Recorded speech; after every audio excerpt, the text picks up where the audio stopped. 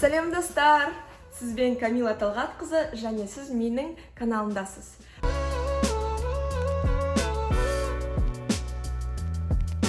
Егер сіз менің каналымда бірінші рет болып тұрсаңыз, мен Инстаграмдағы блогермін және оқу, даму және керемет өмір сүру туралы көп жазамын. Және IELTS, ағылшын тілі деген сияқты қызықты нәрселер. Егер қызық болатын болса, мен сілтемемді дескрипшнға қойып қоямын. Сонымен достар, көп адамдар менен Камила армандар картасын қалай жасайсың деп сұраған болатын. Өйткені мен бір рет өзім армандар картамды көрсетіп, оны жаңартқым келгенін айтқан болатынмын. Сондықтан сіз егер армандар картасына мақсат қою және армандардың орындалуы жайлы білгіңіз келсе, осы видеоны көріңіздер. Ең бірінші менің бұрынғы армандар карталарым туралы сөйлесейік. Ең бірінші рет мен өзім 9-шы сыныпта оқып жүрген кезде анам екеуміз армандар картасын жасаған болатынбыз.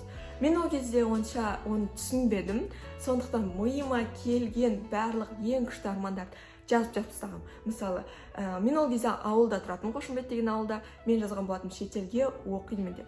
Ол кезде шетел деген маған лотерея немесе байлардың баратын жері болып көрінетін. Және ол жақта тегін оқу мүмкін емеске жақын болатын. Бірақ мен оны армандар картама жаздым және ол орындалды. Қазір мен Будапештте отырмын сіздермен сөйлесіп. Келесі, мен ол жаққа Қазақстандағы ең күшті университетте студентімін деп жазған болатынмын. Енді Қазақстан ең күшті университеті Назарбаев университеті деп айтпай-ақ қояйын, бірақ мен үшін солай, және мен ол жақта 3 жыл бойы студент болған болатынмын. Мен Назарбаев университетін керемет жақсы көремін, бірақ маған ол жақтағы пән ұнамай қалған үшін мен шетелге көшіп кеткен болатынмын, психологияны оқу үшін. Мен осы әрине осындай жетістіктерге жеткеннен кейін мүмкін ол армандар картасы үшін емес шығар, бірақ армандар картасы маған сондай жетістікке жетуге болады деген ой қалдырған болатын. Мысалы, армандар картасысыз мен ешқашан ол туралы ойламаушы едім де. Мен деген шетел туралы ойламаушы едім, мен Назарбаевқа түсу туралы ойламаушы едім, және мен ақша көп табу, мысалы, жұмыс істеу туралы түк ойламай келе беруші едім. Сондықтан армандар картасын жасағанда менің ойымша ең керек нәрсе ол өзіңіздің мақсаттарыңызды білу және өзіңіздің мақсаттарыңызды қоя білу нақтылап. Армандар картасына көп адамдар ойлайды, ол эзотерика, ой ол дін, ой ол бір қоғымбайдың еріккеннің ісі. Әрине, ондай ойлаудың көп мысалдары бар. Өткен адамдар ойлайды, армандар картасын біз жасап қоямыз да, содан кейін ойлаймыз, басқа нәрсе істемейміз, ұйықтаймыз, содан кейін бір күні оянсақ, барлық армандарымыз орындалып кетті деп. Жоқ, қайдағы?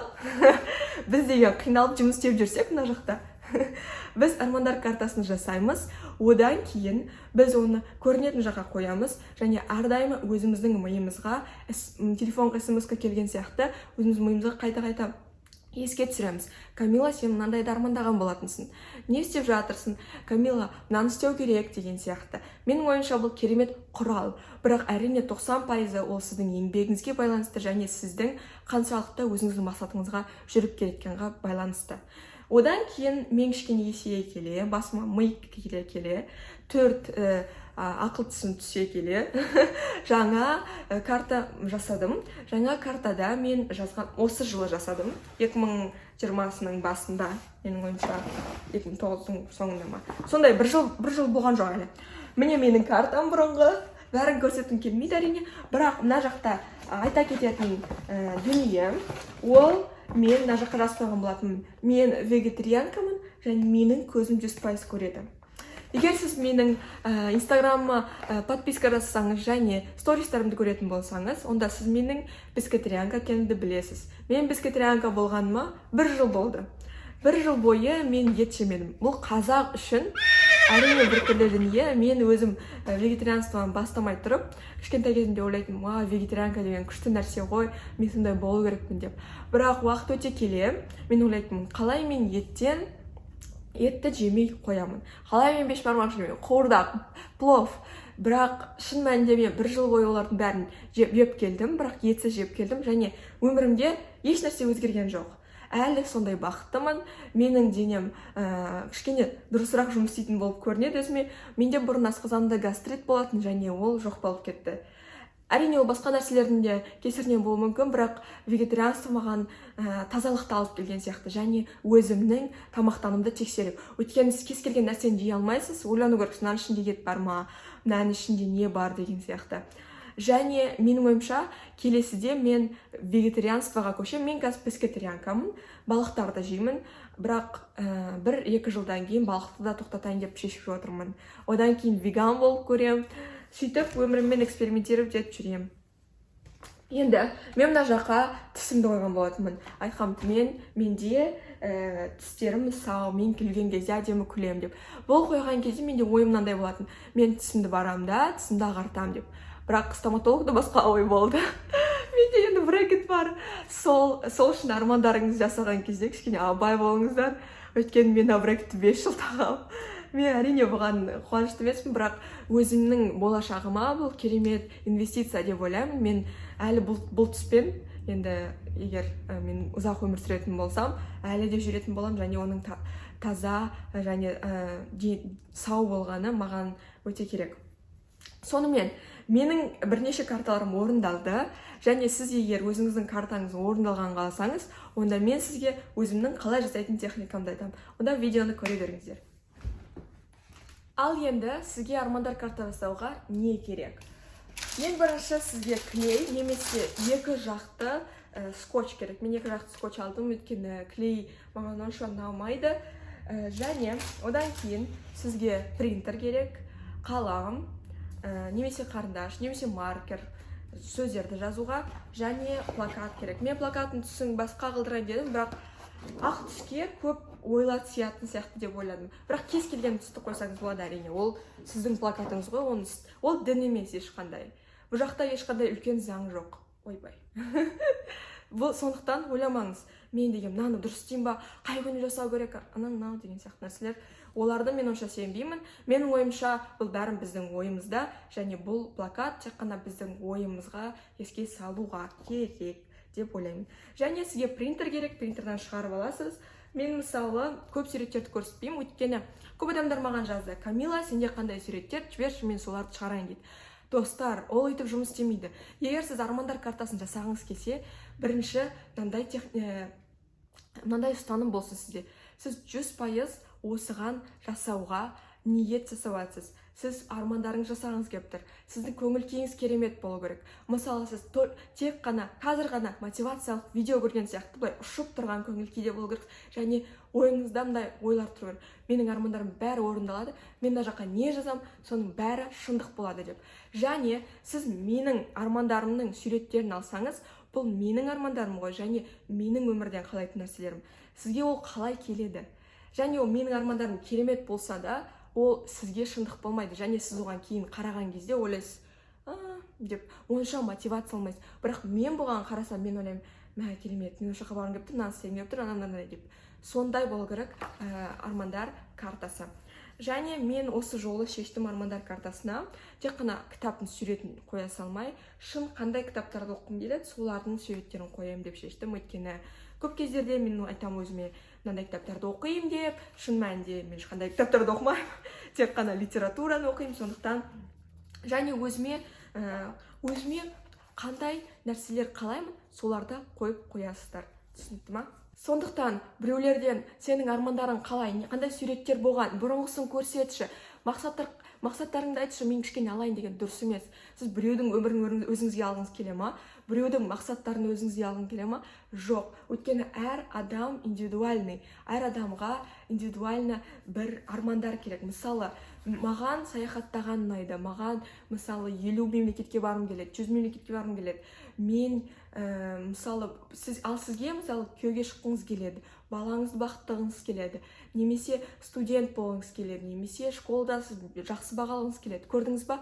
Біздің армандарымыз түк бір-біріне ұқсамайды. Сондықтан өзіңіздің армандарыңызды құрастырыңыз, адамдардан сұрамаңыз армандарын.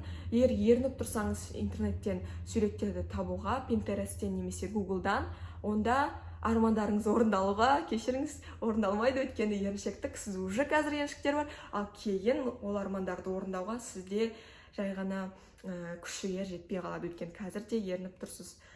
Және принтермен жасаған кезде мен әдемі принтпен жасадым, жай ғана А4 емес, өйткені мен өзіме инвестиция жасап жатырмын сөйтіп ойладым өзім. Және есіңізден бір нәрсені кетірмеңіз.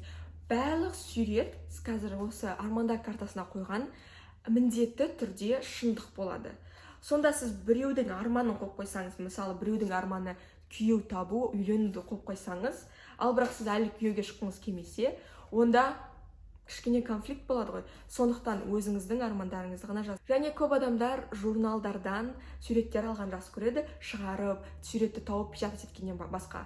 Бірақ журналда көп таңдау жоқ, және журналда тек қана кейбір парфюмнің суреттері немесе қыз бен әйелдің суреттері ғана бар.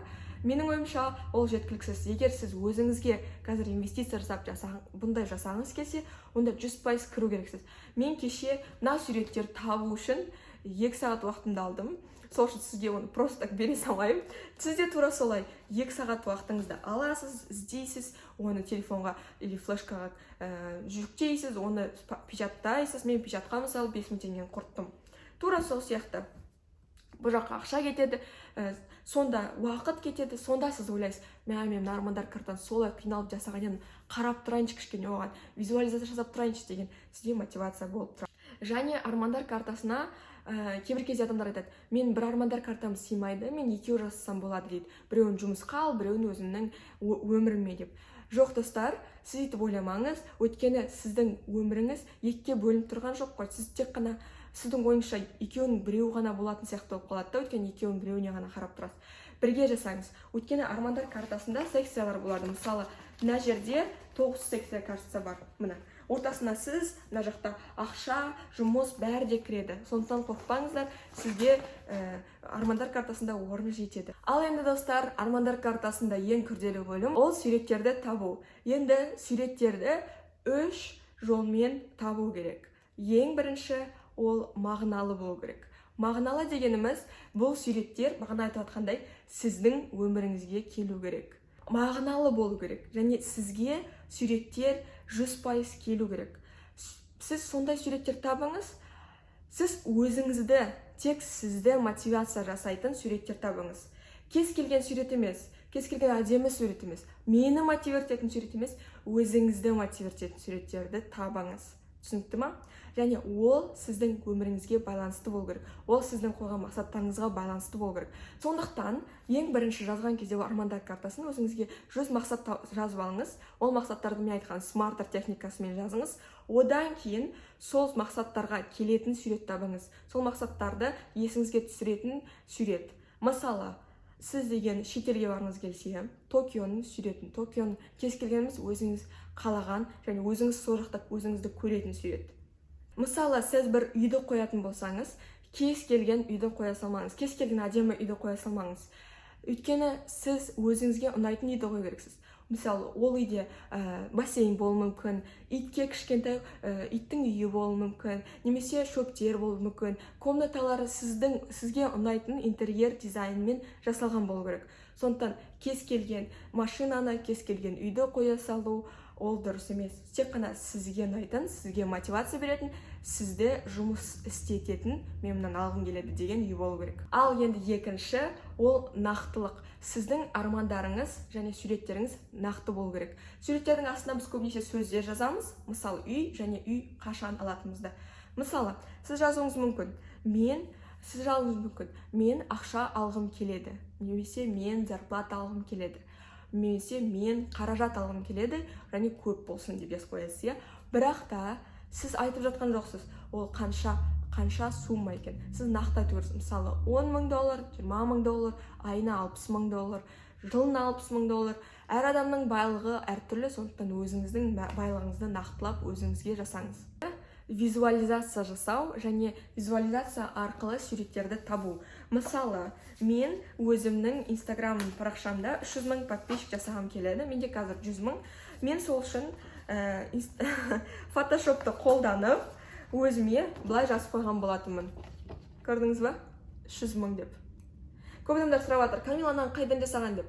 мен инстаграмдан жазадым бұны. Инстаграмда суреттерді өзгертсе болады ғой, сториста. Сол арқылы жасадым. Сонда сіз деген тек қана кез келген интернеттегі суреттер емес, өзіңіздің қалаған суреттеріңізді фотошоп жасасаңыз болады. Мысалы, өзіңіздің банк картаңызды, Каспиіңізді, Каспидің приложениесінде қанша ақша тұрғанын өзгерте салыңыз. Міне 82 мың деп тұрса, 82 миллион деген сияқты. Өзіңізге бір жақын, өзіңіз көргің келетін нәрсе.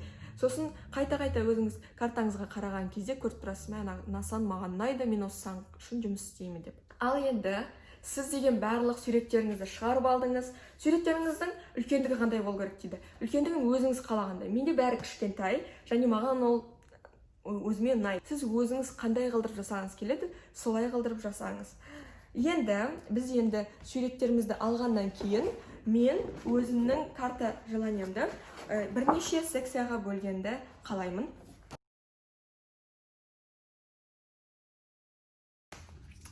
Ал енді сіз осылайша өзіңіздің картаңызды бөліп қойсаңыз болады секцияларға. Бұл жақта ақша бар, данг, махаббат, өнер, хобби, бала, саяхат, жұмыс, білім, отбасы. Және ортасыңызға өзіңізді қойсаңыз болады, өзіңіздің денеңіздің әдемілігін, өзіңіздің түріңіздің әдемілігін, және өзіңіздің сүйікті суретіңізді қойып қоясыз. Қазір сіз деген суреттеріңізді кесу керексіз, және әр суретті әрқайсысына қоясыз. Және мынандай маркер алып, әр суреттің астына не екенін жазып қоясыз. Не екенін сіз жетістікте және осы шақта жазасыз. Бұл армандар картасын жасап қойған кезде мынандай сияқты болып көрінеді. Мысалы, сөздер де бар, суреттер де бар, әдемі бөлінген. Міне осындай армандар картасын жасап қойғаннан кейін, бұны бір жаққа жапсырасыз. Жапсырып қойғаннан кейін күнде немесе аптасына бір рет өзіңіз армандар картасының жанына келіңізде, қараңызда визуализация жасаңыз. Визуализация деген не? Сіз оның жанына келесте армандар орындалған сияқты болып ойлап отырасыз.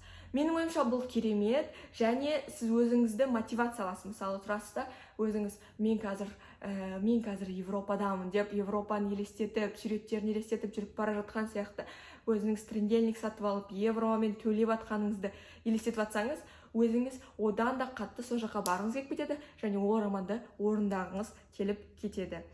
Сондықтан, достар, міне осының бәрі армандар картасын жасау қиын болған жоқ.